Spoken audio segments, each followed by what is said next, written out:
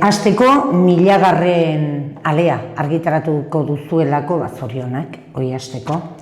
Eta egindako ekarpenari dagokionez eta AEK-ari buruz ari baldin bagara, klaseetan tokiko hedabideek egiten duten ekarpen handi hori baliatzen dugu, jendeak jakin dezan euskaraz noski, gure eskualdean edo Irun eta Hondarribian bereziki, oharsoantzi gabe, laguntzaileen, zutabegileen iritziak jasotzeko aukera ere badugu, horrek bide ematen digu klaseetan bertan ere hainbat gai mahai gaineratu eta eztabaidarako, adibidez, edo besterik gabe jakiteko zer gertatzen ari denez gure eskualdean.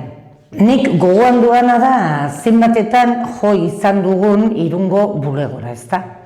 Eta bereziki gure albisteak pixkatean zabaltzeko eskatzera.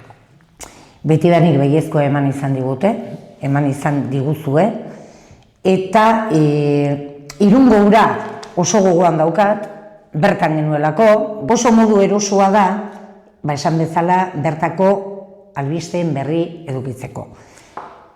Oroitzapenak betidanik eskuzabal jokatu duzuela, eta formatuari dagokionez, gaur egun oso txukuna iruditzen zait, garri batean ere bai, baina hobetzen ari garela garbi dago, eta koloreduna, beste zerbait da hau, hitz gezidunak oso gustuko ditut.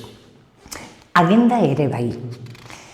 Eta hartara, planak egiteko aukera ere ematen dit, hedabide handiak behar baditugu ere, eta gaur egun berria da gure hedabide nagusia, ezin da baztertu inola ere, eta esango nuke indartu ere egin behar dela, tokiko informazioa. Izan ere gaur egon, sare sozialen bitartez jakiten dugu ze gertatu den Japonian, eta ez dakigu ze gertatu zaion ondoko bizilagunari.